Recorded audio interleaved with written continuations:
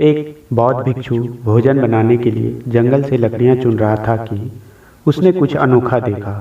उसने एक बिना पैरों की लोमड़ी देखी जो ऊपर से स्वस्थ दिख रही थी। उसने सोचा कि आखिर इस हालत में ये लोमड़ी जिंदा कैसे है। वह अपने विचारों में खोया था कि अचानक हलचल होने लगी। जंगल का शेर उस तरफ आ रहा था।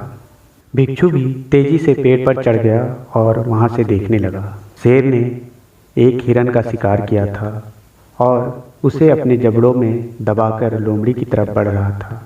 उसने लोमड़ी पर हमला नहीं किया बल्कि उसे खाने के लिए मांस के टुकड़े भी दे दिए। भिक्षु को यह देखकर और भी आश्चर्य हुआ कि शेर लोमड़ी को मारने की बजाय उसे भोजन दे रहा है। भिक्षुक बुदबुदाया।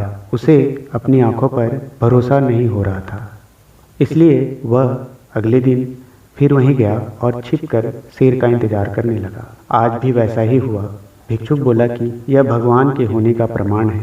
वह जिसे पैदा करता है उसकी रोटी का भी इंतजाम कर देता है। आज से इस लोमड़ी की तरह मैं भी ऊपर वाले की दया पर जीऊँगा। वही मेरे भोजन की व्यवस्था करेगा। यही सोचकर वह एक वीरान जगह पर जाकर बैठ गया। पहला दिन बीता, कोई नहीं आया। दूसरे दिन कुछ लोग आए पर किसी ने भिक्षुक की ओर नहीं देखा।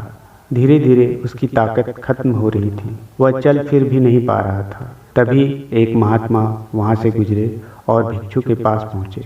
भिक्षु ने अपनी पूरी कहानी महात्मा को सुनाई और बोला, आप ही बताइए कि भगवान मेरे प्रति इतना निर्दयी कैसे हो गया। किसी को इस हालत में पहुंचाना पाप नहीं है। बिल्कुल है, महात्मा जी ने कहा, लेकिन तुम इतने मूर्ख कैसे हो सकते हो? क्यों नहीं समझते कि ईश्वर तुम्हें उस शेर की तरह बनते देखना चाहते थे, ना कि लोमड़ी की तरह। जीवन में भी ऐसा ही होता है कि हमें चीज़ें जिस तरह समझनी चाहिए उसके विपरीत समझ लेते हैं। हम सभी के अंदर कुछ न कुछ ऐसी शक्तियाँ हैं जो हमें महान बना सकती है। ज़रूरत है उसे पहचानने की, यह ध्यान रखने की कि कहीं हम शेर की जगह लोमड़ी तो नहीं बन रहे हैं।